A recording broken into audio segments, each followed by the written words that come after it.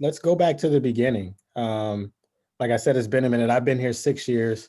And sorry for interrupting, Wayne. While you're talking, pass me the I'm ownership doing it back. I now. appreciate How did you find family? First of all, how long have you been here? How did you find Family First Life? And then we'll go from there. Yeah, so I came over probably like 8 months in 2014, or so the first like year, Okay. from the other practice company with Athena. So I've known Athena since since I was like probably a young kid, like since I was like probably 12, because she dated like one of my older brother's friends. So I knew her from New York, and I moved down south and I saw leads. So I was like, hey, let's give this a try. Okay, cool. So you said you came over from the practice company, like a lot of people at that time. What, just for the people that may be coming here from somewhere else or just got here that are going to be approached by somebody else, what are some of the differences that sets this company apart from that company? Oh, wow. It's I could go on for the whole call. Top three. Yeah, I know. So the main difference is, I mean, over here, like, especially now, like the training and the structure of how to like get going fast is so good. Like even like from the beginning when I came over here, it wasn't as good as it is now. It's gotten way better over the years. Like it's so much easier to like teach people how to do it in an easier, like simpler way. But it's just because the system's gotten so much better. But I would think that has got to be like the main thing, because over there, like there's no structure, no anything. It's just like, they're telling you to buy $200 with the leads and try to make money. Whereas here, the expectations of, what we expect and how to do this thing like a business is, you want to invest a lot more and, just go to work. It's just, there's no like rah here. It's just going to work. Whereas there it was complete rah. Like they wanted you to brainwash you, get you thinking, so that's like the main difference there. And just the platform of like the leads platform is just insane now. So compared to like then, and it's compared to now with FFL where we were compared to where we are now, it's just, it's crazy how much it's grown. Good deal. Now you talk about FFL now versus what it was then. This past year, was that your first year hitting Hall of Fame? Yeah. Nice. It was. Congrats. I averaged around 300 the first, 2 or 3 years in a row there before, and then finally I'm like, there's no reason why I can't do the Hall of Fame, and I just did it. So, and for those of you that don't know, Hall of Fame is 400,000 on your own pin a year. So it's no small feat. It just looks like normalized behavior at FFL now. So take us back to the beginning, Josh. What was it like for you, lead wise, some of the struggles you had in the beginning and some of the things that you had to kind of eliminate to get from that 200,000 to that consistent 300,000 to now where Hall of Fame is kind of your measuring stick? Yeah, compared to back then, like the lead like what we had for leads then, we did have a CRM, and it was just like Age Mortgage, and then we had like LeadCo.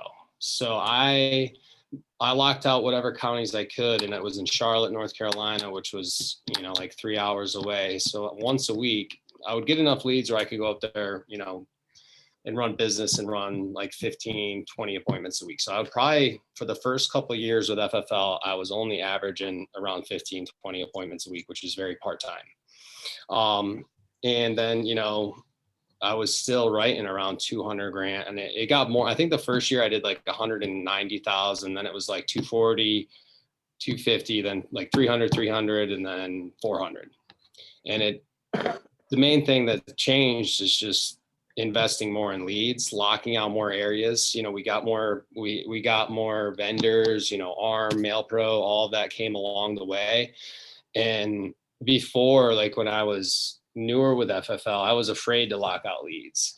But after, I remember talking with you like years ago, and like, some other guys, where it's like, you got to get the mindset, whereas if you don't have enough, it costs you money. whereas if you're just going to buy 20 leads and you could get 100, you're going to lose money buying the 20, but you're going to make way more if you have 100 shots.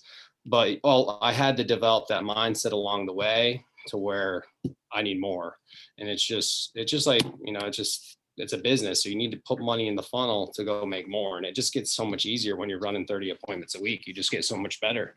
And that was the main thing, is just investing more. And you just get better along the way, listening to trainings from I've stolen so much from you, listening to the stuff from Ivan, from everybody, Paul, Mark, all the top like trainers in the company, and just taking stuff and then just making it your own and going out there.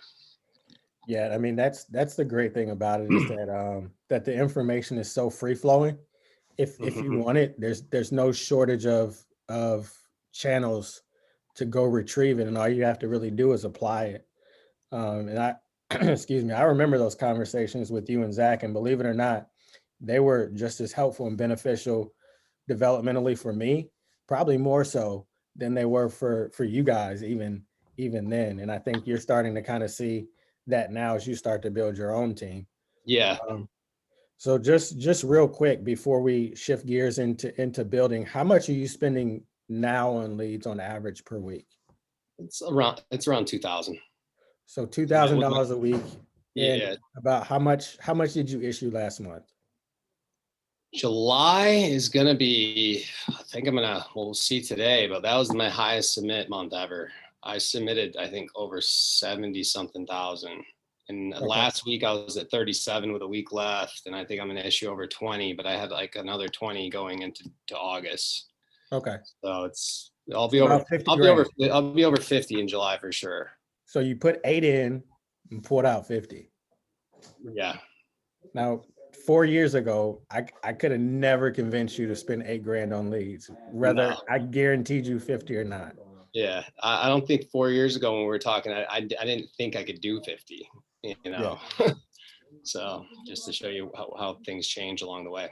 No, that's nuts. Mm-hmm. So starting to build, well, not starting to build, but getting serious about building. Mm-hmm. A lot of people talk about selling being just like building. What made you decide that you wanted to start building again? And what were some of the things that you started doing that you weren't doing before, to get that agency, that momentum for the agency going, just like you did on your personal production? Well, it comes with, I had to hire staff. So I hired a recruiter, and she helps me with a lot of other things as well.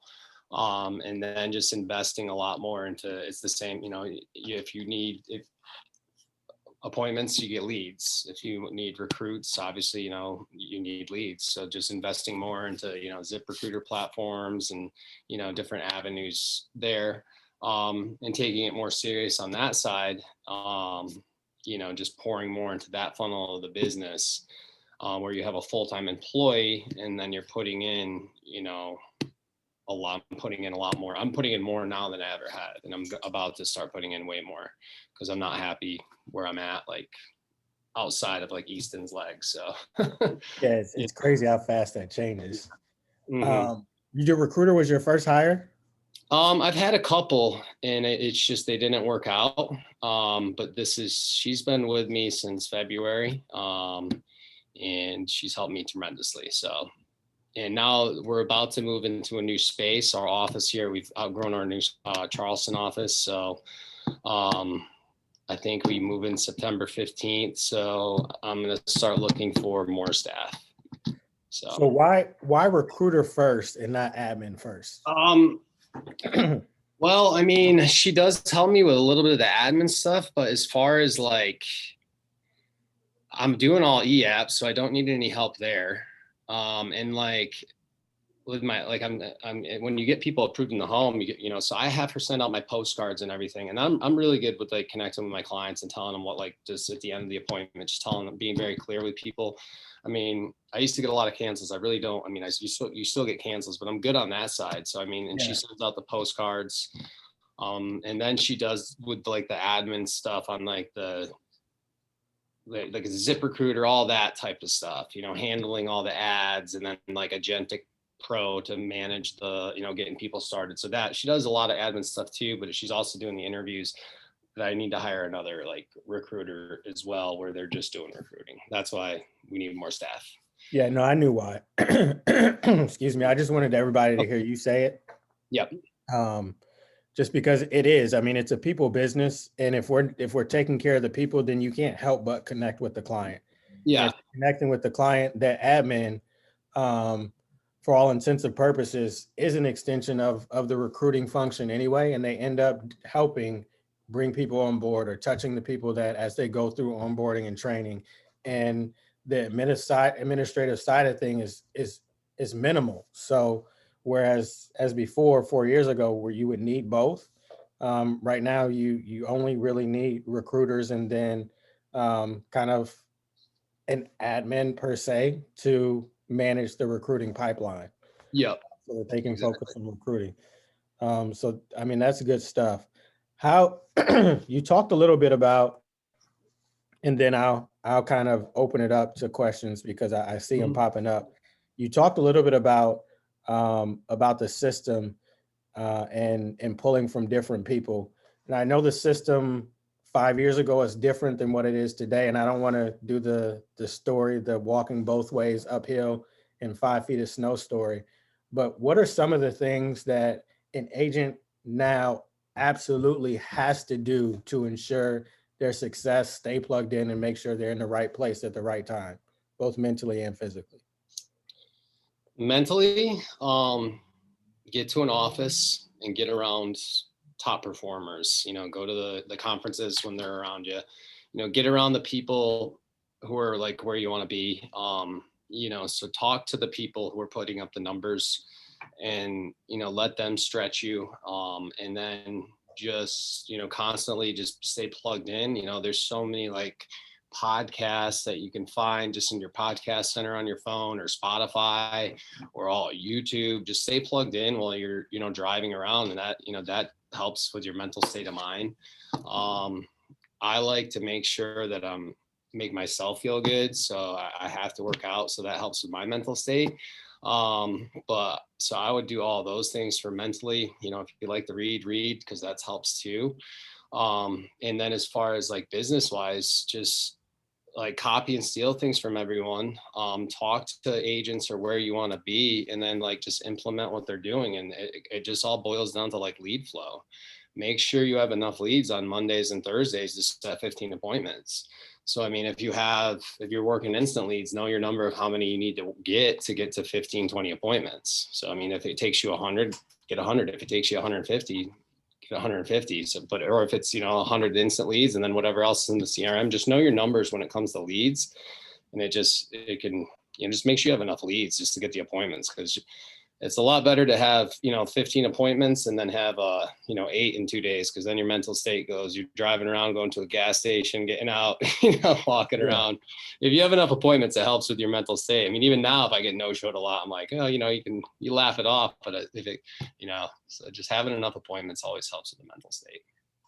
100%. I remember, excuse me, I remember the days where I would have 5 and 5.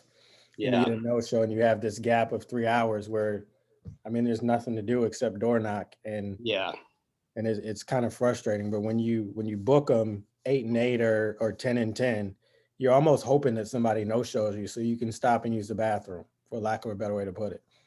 Otherwise, you feel bad because you're one after another, and I mean, that's first world problems. That's the worst thing that can happen. But I mean, it is what it is. Yeah. And then you talked about plugging into the people, and I think that's one of the things that's changed dramatically over the years is the access that we have to one another through the different groups and through the Slacks, and being able to just reach out at the touch of a button. And I don't think very many people take advantage of it because they feel like they're bothering you. But I'm pretty sure. Have you ever had somebody just randomly reach out to you to ask you a question on Facebook or Instagram? Yeah, I've had not a ton, but I mean, I have for sure. I mean, I definitely reached out to other people, you know.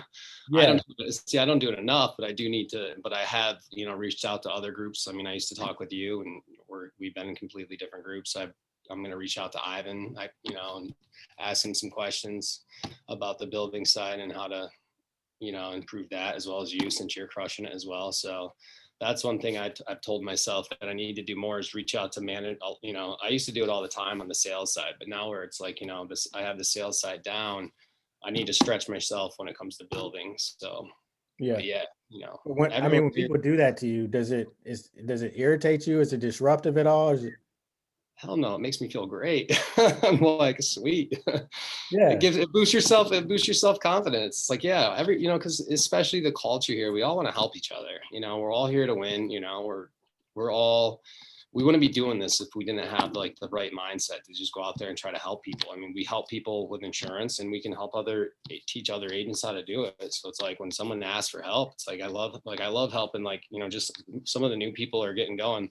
Like, I got a girl who just turned 19 last month, and she's not even contracted with all the carriers, but she submitted almost 20 grand, and she just turned 19, and she's calling me and asking for help all the time. And I'm like, hell yeah. So it's whether it's in your team or not, reach out, and it makes you feel good, and it makes you feel like you're helping people. Yeah, there's a reason why God didn't give me 20 grand a month at 19. Yeah, right. Yeah. Oh man, I couldn't imagine. So Good reason I didn't have that. even 25, man. Right. But yeah. 100%.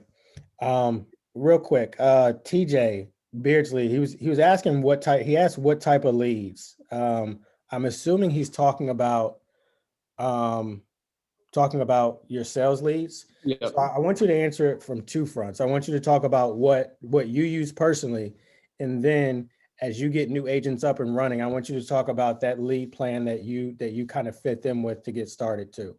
Yep.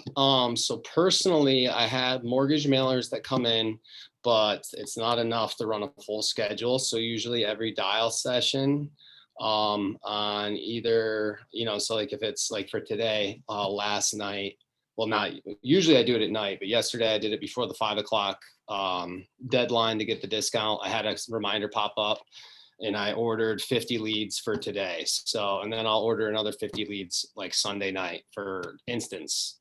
So I'll get 100, usually 100 of those a week. And then my mortgage mailers, and that helps me get up to, 25, 30 appointments a week to run my goal there. So that's what I personally do. And I just base it off of where I'm going to run. So like, throughout the week, because I have different areas. I don't run the same area. I travel, 2 hours to Savannah. I'll run locally, maybe once a week, and then I'll run 2 hours away in like Columbia. So I'm running, in different spots, and I just gauge of where I'm going to get leads. Where if there's a lot of leads, I'll do that. But usually I can tell if I have a lot, good amount of mortgage, then I'll just get leads, whatever areas, just plan it that way and just be proactive in planning. As far as new agents go, just getting on the CRM with them, and depending where they're at. I mean, with the instant leads, it's been a game changer. And now that I'm working them, I was working them all along, but now I've just been determined to get good at them. Yeah. So I could help other people. I would typically say if you could get if depending on their budget, it all depends with that. And because if people do all the right things, I might help them, match them on their first order just to get them rolling. But I would say 100 leads a dial session, whether if it's all instance or mix in with some of the 1 months, because the 1 months haven't been blown up as much. And, the instance are instance, but at the end of the day, they're not just looking for life insurance on one spot, they're going to other spots. So I like to have a mix. So like one of my new agents who's in here dialing today, she got 60 instance and then like 60 1 months. So over just 100 leads. But I'd like to say around at least 50, 60 instance, and then 1 month, 3 months for the 250 mortgage. Just to have at least 100, 120 leads to dial for 2 days and dial until you get full. Yeah. My approach is pretty much the same. And I think with new people, like you said, it's budget driven. And I guess the biggest thing for people starting off and as people make those jumps between, is just understand that it's currency, and at the root of the word, it's a current. And I mean, you live on the coast, but a current, like it goes out and it comes back in, and it comes back in typically stronger than it goes out. So if you put it out, when we talk about putting 8 out, getting 50 back, like that's that current coming back in. I like that. But if you never put it out there, it's never going to come back like that. Yeah, exactly. Go ahead. Yeah, and I was just gonna say, and if you need, like, if you were just if there was just like the 1 or 3 months, just make sure you get 200 or 250 of them, and just I use the phone burner dial in these things, so I can just sit there and dial and zone out and just hit next. I can be on my phone. So then they can answer and right in the script mode. Something else that we didn't have when we started. Yeah, it's bad. It's bad to the bone, but yeah. Somebody asked, what's the hardest habit that you had to break to go from 15, 20 appointments to 30 solid appointments a week? Working more than 2 days a week. Just changing. The hardest habit I probably had to break. I was sick of being broke. I mean, I was riding the roller coaster and I just had enough of it. And everyone started to come, like around that time, people just started just crushing it. And I knew I could do it. I just had to just tell myself to stop, putzing around and just go to work, just make sure I have enough leads and just treat it like a business before it was a hobby. Yeah. I got sick and tired of seeing other people crush it when I knew I could do the same thing. It's the competitive in you, and just stick to more of a schedule. Get up early. Like before, I would wake up whenever. I'd be at the gym at like 12:30. Go run a couple appointments. Now it's like so schedule. That's the main thing. Schedule. Yeah. No, schedule is paramount. To answer the question in long ways. So 100%. The schedule intentionality, I think for me was the game changer too. So, I mean, if you get with Josh or your manager and figure out, going back to the beginning, like where you need to be, when, then everything else will kind of fall into place, because like you said, you treat it like a business, it'll pay you like a business. If you treat it like a hobby, you'll be on the roller coaster and you'll have those ups and downs. Mm-hmm. So those are all the questions in the chat. Does anybody else have a question? Any questions for Josh? We'll just unmute and just fire away. Yeah, I have a question, Josh. Yes, sir. So, the best way to ask this. This is something I've been struggling with. Like my upline told me to, book 8 appointments a day, 8 to 10 appointments, and I started doing that right away.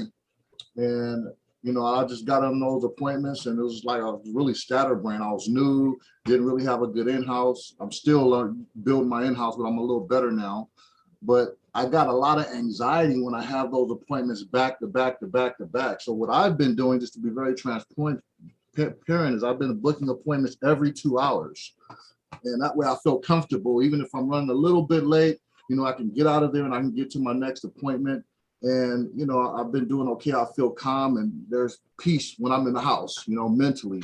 I have mental peace, and, I'm able to sit there and practice everything I've learned. But when I'm back to back, I'm automatically running late. And I know everybody says, you just want to stack them like that because, it's better to have more than not enough. I get that. And that makes perfect sense. And that's kind of like my struggle because I want to get there. But how did you get over that anxiety, or did you ever experience that at all when you have those appointments, like just stacked that close together?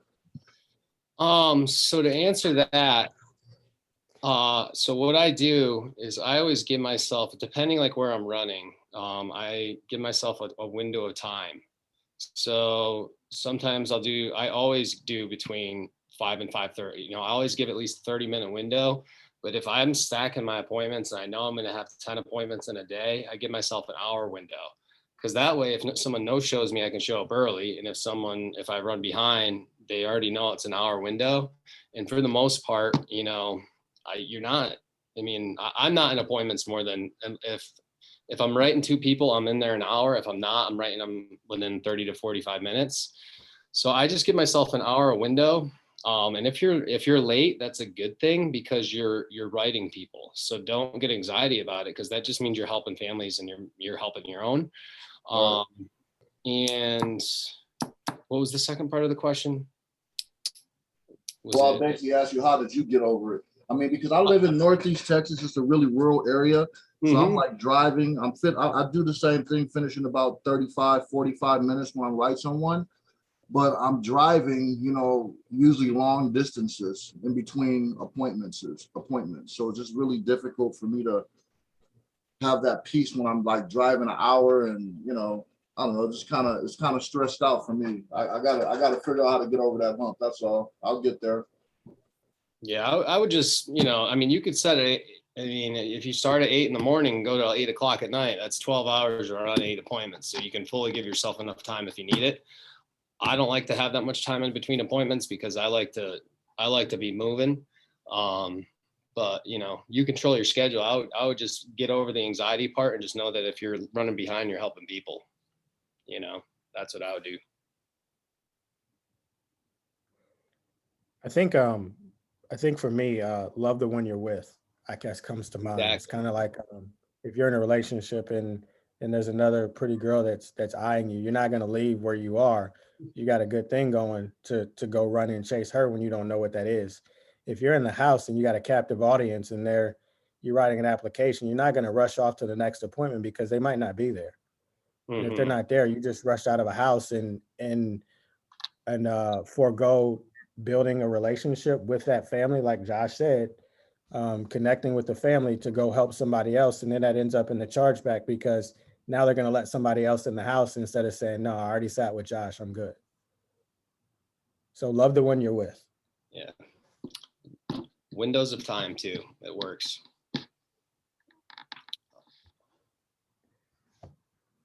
What other questions you guys got for Josh before I let him get back to building his agency? Hey, quick question. This is John from Dayton. And I've been running for about the past month, and I've been running into people not having their checking information or routing information. And I've given them time to find it. How do you go about, knowing from the get-go that they don't know their account information, if that makes sense? Yeah. I don't get that ever anymore, but I may have when I was newer. So maybe I don't know if it has to do with the structure of how I am when I'm in the home, and I'm very just I don't know. I'm kind of just super relaxed and easy going when I'm there. So I don't know if it just keeps people at ease, but I'm very structured, and when I'm telling them what we're going to do, and so then it just falls into line, and it's like telling them what to do in a nice way. And it just comes to just, telling them, okay, so here's what we're going to do. I'm going to go through these questions here. It's, and that's going to help me determine what you're eligible for. And then I'm going to show you some options. You're going to pick the plan out, that best fits your budget. Then, we got to get you approved by doing an application. And we're going to send it off with all of your, your banking info, routing, and account. And once it's approved, they'll draft it on approval. Does that make sense? And if they agree there, they know where it is. And at the end of the day, when you do have to help, sometimes, a lot of people have online banker, go to online banker. That's the only time if they can't actually pull it up. I just make them go to online. A lot of the banks do will have the online banker where you can get it right off there. And if they don't, then just make them find a statement or where's your checkbook. But I think it has to just do with structure, just telling them before you show them numbers. Yeah. So kind of bring it up from the start of the appointment. It's all it's in the setup. Okay. So, yeah, because sometimes I've added it at the start, and then sometimes I haven't, and then we'll go through everything, and they'll choose the plan they want, but then it comes time for their checking, and they're like, I don't know what it is, and I don't have any way, but that makes more sense now. Cool. Make them get their license and checkbook before you start the app. Can I offer something that works for me usually? Because I feel super apprehensive when I ask people for their banking information, because I'm like, I don't want to take your banking information. So something that helped me was to ask direct questions first. Be like, okay, do you go through who do you bank with, right? And then they'll say, for example, Wells Fargo. I'm like, okay, cool. I'm gonna Google your routing number. Go grab a voided check, because I'm not allowed to take your money. So go grab a check and void it, right? And then I'll be like, while you go grab it, I'm going to Google your routing number, because every bank has like the same routing number per state, right? So you can just Google it. And that will give them like a little bit less apprehension towards getting their account number, right? And then that way you can just kind of. What other questions you guys have? Something happened here. Thank you. You got it. I got a backup question, one more real quick. You know, I understand what you said, and I've been thinking about that. Let me ask this question as far as the spacing of your appointments. If you do stack them up like that, like every hour on the hour, you know, no time in between. And because if you have a no-show, you know, you want to have somewhere to go. You don't want to sit at the parking lot and, you know, eat a sandwich or something. So when you get to that next appointment and you are with that other client, or if you're sitting with that client and you don't go to the other one because you double stack them, if you had 2 at 8 o'clock, in other words, or 2 at 9 o'clock, and you go to the first house and somebody's there and you're sitting with them, what do you do with that other person if they're like calling you back, or, you know, do you just reschedule? What's your process for that? You just, because I mean, that can add up pretty fast, you know, having a bunch of people throughout one day that you didn't get to see and they actually were interested. How do you handle that? I mean, I don't like stack them like I'll double book. I like to rate my schedule. So I'll double book people if it's like a quick set. And if I'm not confident in the appointment, because at the end of the day, if I have quick sets and I'm not confident in it, those are usually the ones that are no shows. So I like to kind of like, if I like, I'm looking at my schedule here because I dialed earlier. I have one that says like QS next to it. So it's quick set. So that one I may double book, but for the most part, I'm not like booking them on top of each other. Okay. So like if I do say I book my first appointment between 9 and 10, my next one will be between like 9:30 and 10:30. So I have space to get to the other ones. But if I can't get to one, or if I'm super behind, I mean, they're not gonna, you can always reschedule them and get to them, but you just call them and be like, hey, I'm super late. Or, you know, you just go to the next one. Because sometimes if you rate your appointments and if you know one wasn't that solid, just go to the one that you know was super solid on the phone. Like rate your appointments. Right. And like Wayne was saying, I guess you're going to love the one that you're with. And that's a kind of a plus if that person that you didn't go to is still interested, because, you know, you kind of position yourself in a position of authority, of power. You know, you're busy, you know, so yeah. I get you. All right. Yeah, people want to do business with busy people. So like last night, my last appointment, I actually had to show her a couple of weeks ago because I was like an hour and a half behind because I helped out this family and I wrote like $9,000 in the house. So I was there for like 2 hours. But I called her the other day to book it. And I'm like, hey, did you get my voicemail? Because I was like an hour and a half behind. I just left her a voicemail. She's like, yeah. And I'm like, okay, I'm going to be there tomorrow. And I helped her, and it was like $250 a month. So she was completely fine with it. I just left her, you know, and just said I was sorry. So it's fine. I mean, just don't overthink it. Right on, man. Appreciate it. Yeah, man. 100%. We'll take one last question and then we'll let Josh wrap it up. Hey, Ivan, do you have any questions? I know you usually have one first. Yeah, how do you grow so nice of a hair, Josh? I don't know. I got a haircut like 2 weeks ago, and it's just all like, it's nice and flowy.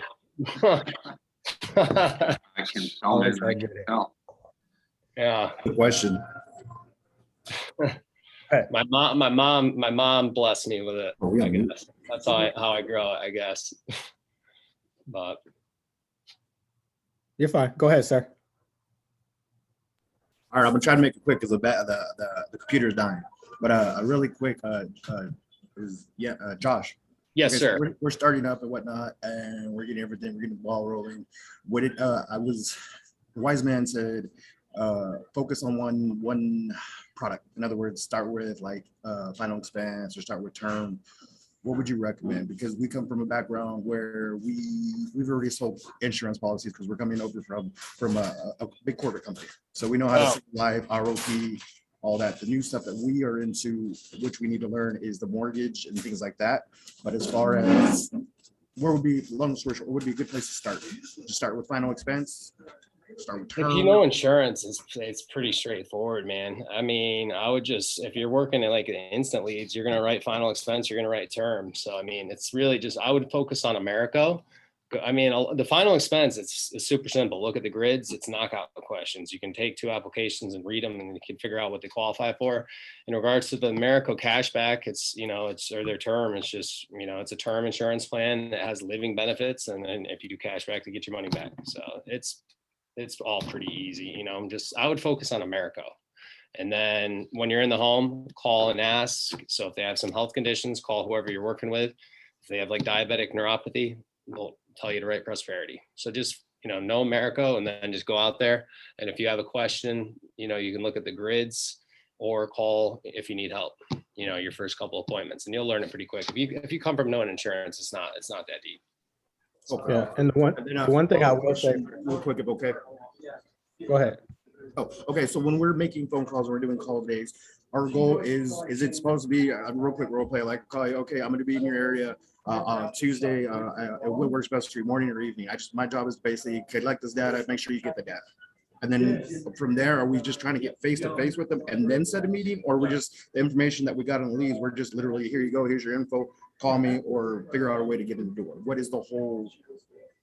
Get the leads and call them and tell them you're coming over to their house.